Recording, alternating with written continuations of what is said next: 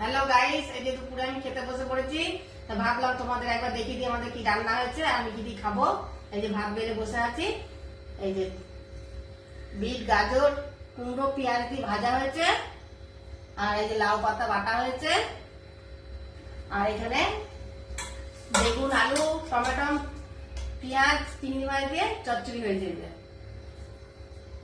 আর হয়েছে আমের ডাল হয়েছে, যে টক ডাল। গরমে তো টক ডাল খুবই পেটের পক্ষে ভালো, ঠান্ডা থাকবে পেট। আর টক ডালটা খুব উপকার করবো। এই দিয়ে আজকে খাবো। প্রথমে বাটা দিয়ে খাবো, লাউ পাতা বাটা।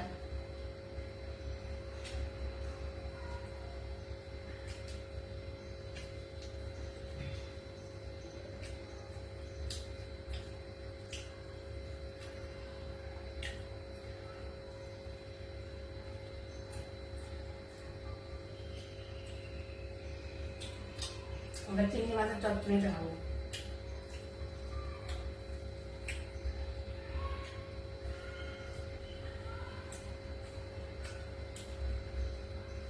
দারুণ হয়েছে। চলো এবার আমি খেয়ে নিই, পরে তোমাদের সঙ্গে আবার দেখা হবে। বাই।